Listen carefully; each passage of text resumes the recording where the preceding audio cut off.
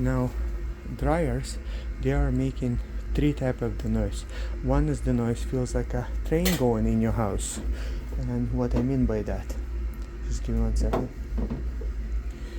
You will get a roller words out like that, okay, and then when it spins it will make a tumble noise, feels like a train going. It's like that's what it's meaning. You need to replace the roller, and this doesn't matter if you have a Samsung dryer, LG dryer, Whirlpool dryer, it doesn't matter. All of them have the same rollers, and kind of this plus minus the same issue.